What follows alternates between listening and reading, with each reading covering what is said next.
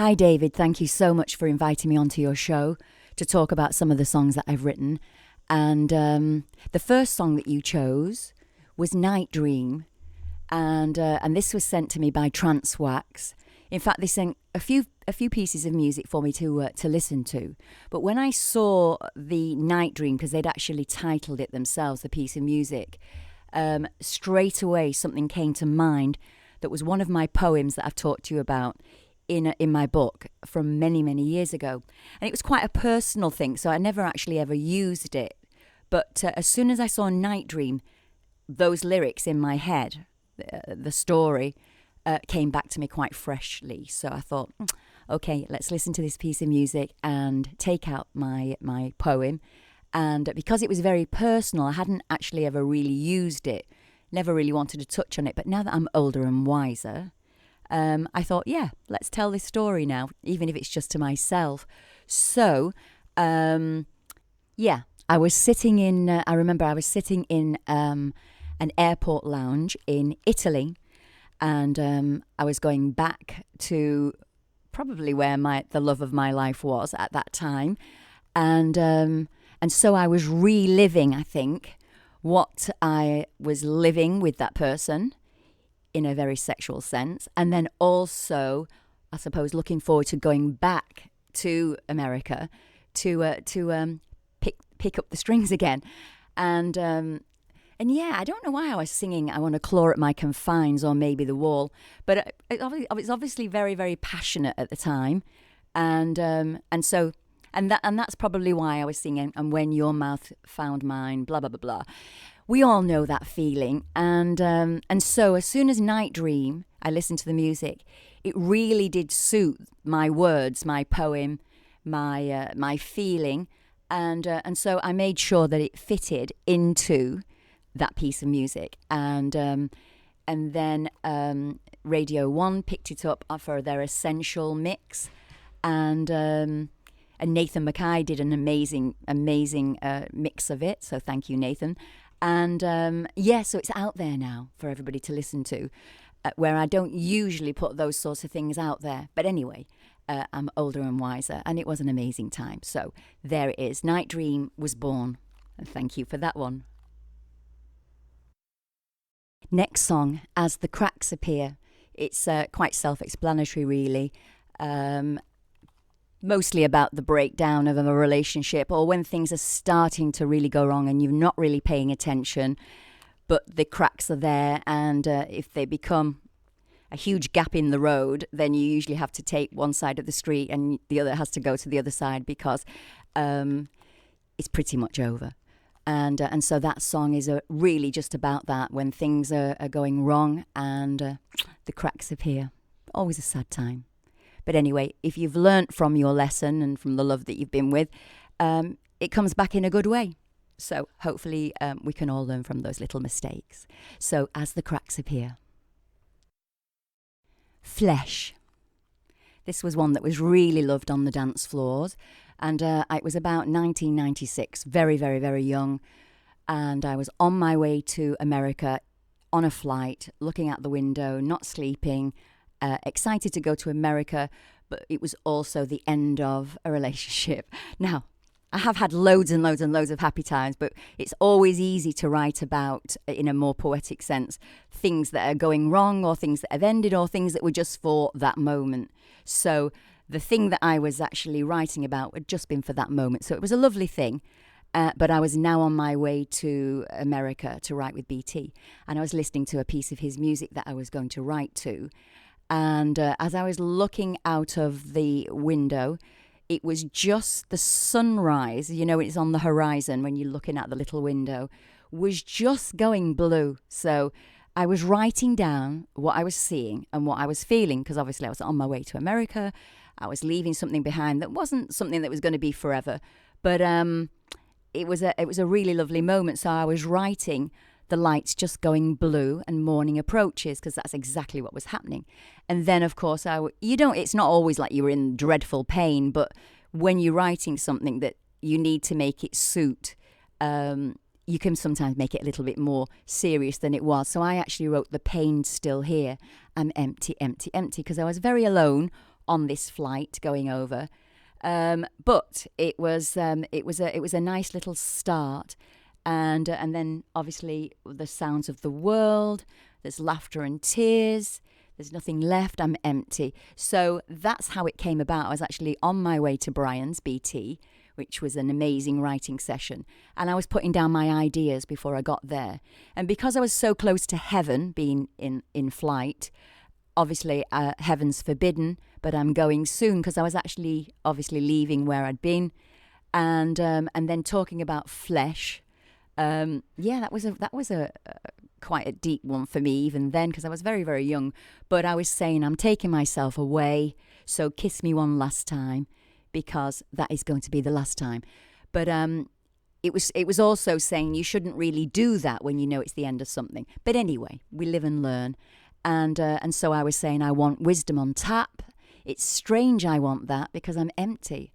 But now eat your words, because obviously you always have the backwards and forwards when something's ended and it shouldn't be ending, or they don't want it to end.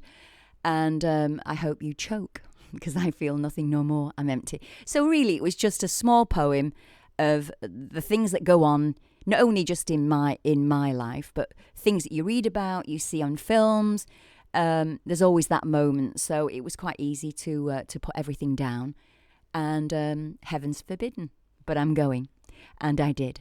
And I arrived at BT's in Maryland at that time, and sat on his step listening to the crickets. And on that session, I wrote Flesh, Remember, and Mercury and Solace. So an amazing time.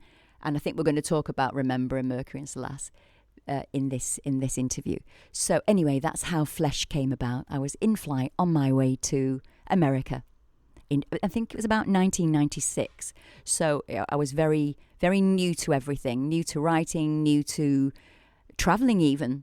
I hadn't actually done much travel. But anyway, I never stopped after that. It was fabulous. So Remember, which again was on this session that I was flying out to do. And it was quite an easy thing to see what was going on. I know how you feel, because I'm feeling it too. So it's just the backwards and forwards of talking to somebody.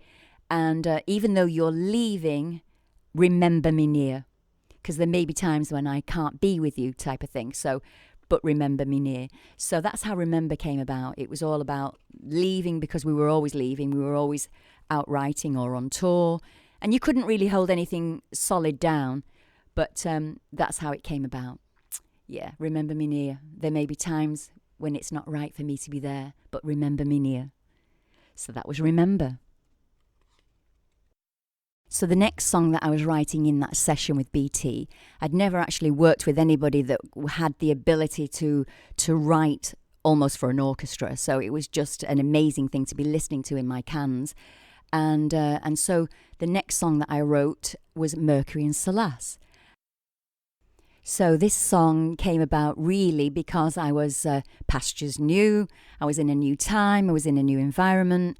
I was working with really new music, because before that I was doing a lot of acoustic. I was down in London at the writers' clubs, the Orange, and I was all around. The Mean Fiddler. I used to take my own light bulb, because there was no light bulb in the little bathroom that was only a cold shower. I remember that. So even if it was winter and I was playing, you had to have a shower before you go on stage with girls. So it was a cold shower and bring my own light bulb so I could put some face on. I remember that. But getting to USA and being at BT's house and sitting on the step with the crickets, here I was writing to this beautiful orchestral music, and out came Mercury and Solace.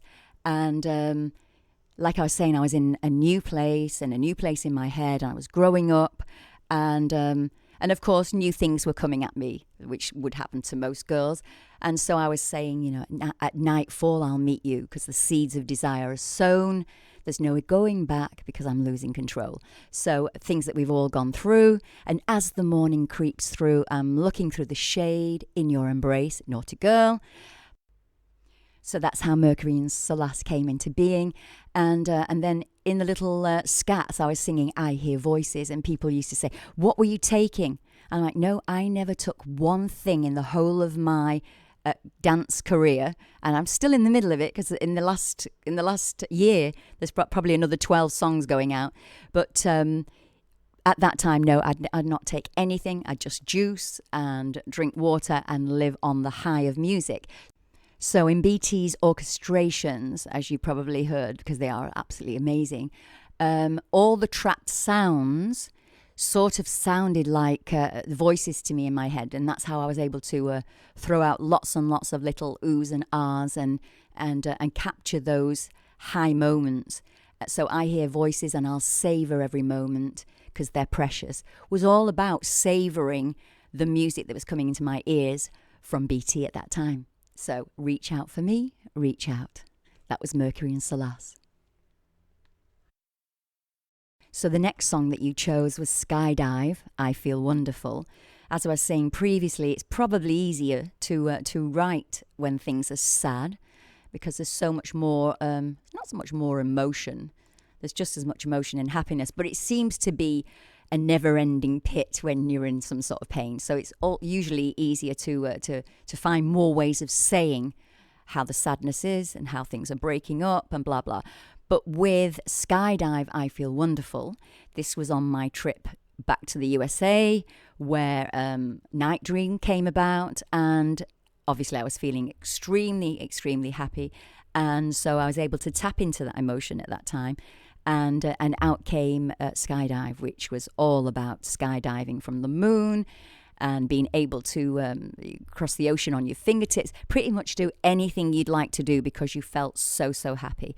And I've met so many people, I mean thousands over this, should I say 15, 20 years, that have told me that they've had this playing where their babies have been born in the hospitals, and they've had it playing when they were getting married, or it's been the first dance that they danced to, because it brought back where they met, which generally out there in club world, and you know, that gave me such happiness to hear that, you know, over and over, and nobody ever got sick of hearing it, and I never ever got sick of singing it. So even when in fact, I'm about to do a show with Paul Sawyer, who I've been writing with this year, in Bournemouth, 18th of September. Well, let's hope it happens. And you know, one of the songs he said, you have to put wonderful in. You have to make sure that that's in there because they'll want to hear it. Besides the new stuff, I'm like, okay, no hassle. I love it myself. So it was a song that was very, very easy to write because I truly was extremely happy at that time. And when I hear it, it touches that nerve again, which is a wonderful place to go when you have that such happiness. So that was Skydive, I Feel Wonderful. The next song, thank you so much for choosing this because it's one of my favourites. I've only just written it, and it was Shades of Thunder, How Loud Is Your Love, and it's just going out on Outland Recordings right now. And these are my Austrian boys who are absolutely amazingly fabulous and as crazy as myself. They've built a hotel in their garden for the bees and the birds and the butterflies, and they're totally out there, and it's very retro. Maybe that I didn't even know there was this huge revival going on because I do tend to live in a bubble when I'm writing, and I have been writing non-stop. So when the music came, I automatically reacted to it. Just with the flavours of the past because they are all living in me. And, well, we hit the nail on the head, apparently. So this retro sort of 80s, 90s thing is going on right now. So this is totally that flavour. And they've done a little video for it. And I look like I'm on Sunset Boulevard. Yeah, it's just fabulous. I just love it. And the song was all about wanting to be truly happy again because it was written in the middle of all this COVID-19 horror, and I wanted to feel that happiness again where it was so amazing that it did actually feel like the flowers were singing. So it felt a bit twee even to me, but I couldn't ignore what was going on inside me. I couldn't pare it down at all. It had to be what came to me with that. So that was How Loud Is Your Love. It's on Outland Recordings right now, and there is a little video and it's pretty sweet. So please check it out for us, because I really appreciate deeply when people try to support, even though it is a very tough time. So lots and lots of love, and I hope you very, very soon hear the flowers singing for you. Next song we've chosen is, or you've chosen, so thank you very much, because it's a new song and it's called Circle. It's something that I wrote to Paul Sawyer's music. In fact, I've written 3 songs for him. Circle, Right Place, Right Time, and Beyond, which is just going out as well. So Circle, it was actually written during this whole lockdown time. And you're looking out into the world. We were all online, really, looking at what each other were doing and how we were trying to make things better for each other. And I was really touched by all the children's things, all the beautiful pictures of hearts and rainbows. They were hanging out of windows. They were hanging them out of trees. And parents were really having a great time with the children. So the circle of the world, and I noticed this, it was happening everywhere, and the fact that there was so much love being sent around the planet from each other, just normal folk trying to do things for other people, it just hit me very deeply. And so when the piece of music came, that's how Circle became a very intricate part of that song. And there's no such thing as too much love. I could see that, and so I had to write it. Again, might be a bit twee, but I loved it. There's no such thing as too much love. It comes from the universe above, our good man. And blue and gold, people were saying, what does blue and gold mean? Why have you just chosen 2 colours? Well, the blues are the oceans, and the golds are the sunrises and the sunsets, which is something that cheers us all up. And so that's how Circle came to be, really. It was all about good people trying to do good things for each other, and there is no such thing as too much love. So please give it to all you can. Love you. A big love from me. That's also going out on the Crafted label right now. And while I'm here, I just want to say an amazing thank you to my vocal engineer and my friend for the last 9 years, Mark Farrow at Matrix Studios in Spain. So thank you, Mark, for recording all my vocals beautifully so that we could send them to Paul and all the boys. So thank you, Mark. I might cry at this next one because it's Anomaly Calling Your Name. And we sent the vocals to BT, so I'd never met him, but he'd actually found this record because it was a B-side to Paris when it was my A&M days, which was quite acoustic, but acoustic pop. But he found the track in a bargain bucket and listened to it and loved the voice, turned it over and found out that it was me that was writing and got in touch. So before I ever met him, we sent the vocals dry of The Prayer, it was called at the time, The Prayer Calling Your Name. And I actually wrote this for my dad because his faith was extremely, extremely deep. Always was, up to us losing him just a couple of years ago. So that's why I might shed a tear. But it was a happy passing. He was a very happy man. So, but The Prayer was all about him. And it was it never got used, the actual part of the verse, for the dance part. But it was, my father's on his knees again. He's never told no lies. Please save a place for when he dies, because he's calling your name. So take a deep breath at that one. Right. But Calling Your Name, the actual chorus, was so angelic because, of course, I was trying to, well, it just came naturally because of the type of song it was. It became very, very ethereal and very angelic. And that's what BT loved. And it worked beautifully for the song. It went out there and it did amazing, amazing things. And people are only just finding out now, really, that I wrote that song and it was sent to him before I actually got to America to write Lullaby for Gia, Mercury Solace, Flesh, Remember, Communicate. There was quite a few songs. In fact, there's more songs in the archives there that he hasn't used yet, so I won't put titles on them just yet, because I'm hoping, of course, at some point that he's going to be using them.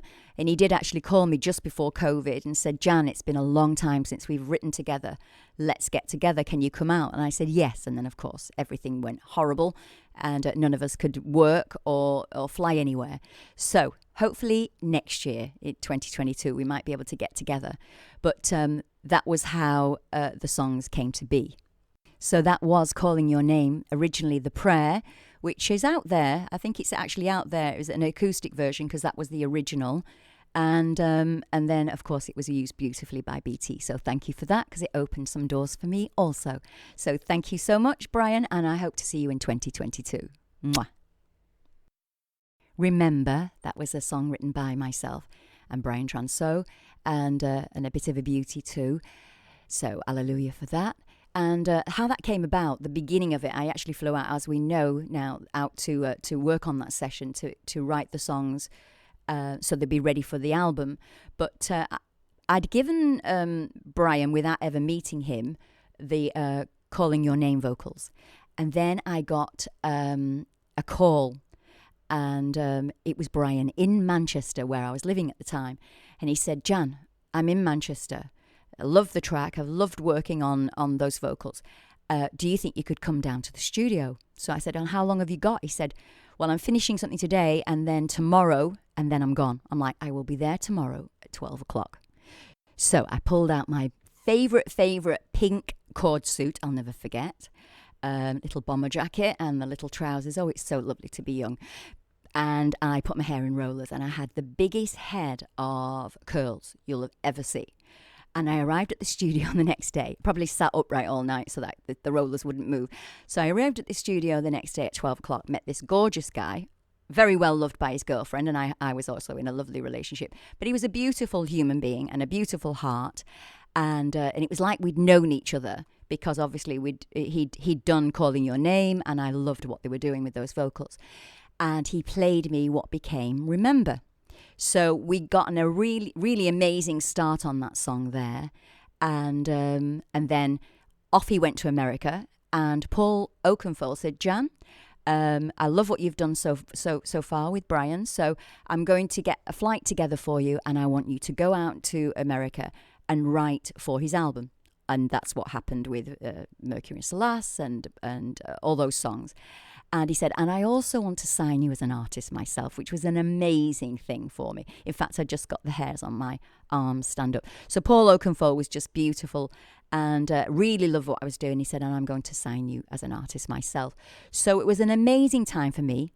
And yet I was still on a flight, as I've said, looking out the window, writing empty, empty, empty. But I wasn't really empty. There was so much more to look forward to. And that's why I was in that new place.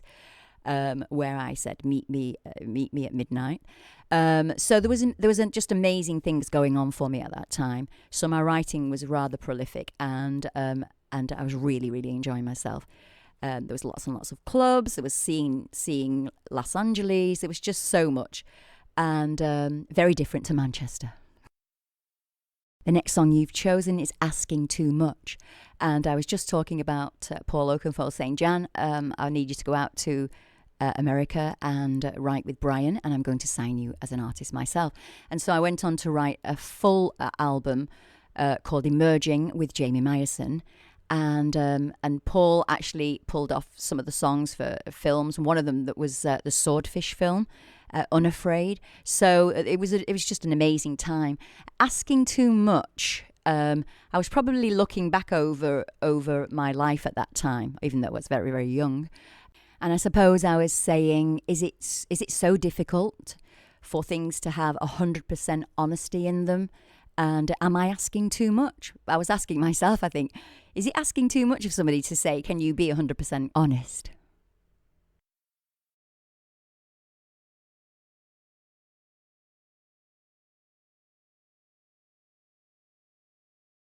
Thank you, David James at Ripe Radio, and everybody on board there. And live simply, love generously, care deeply, and speak kindly. But definitely love generously. Love you all, and thank you so much for listening. Bye.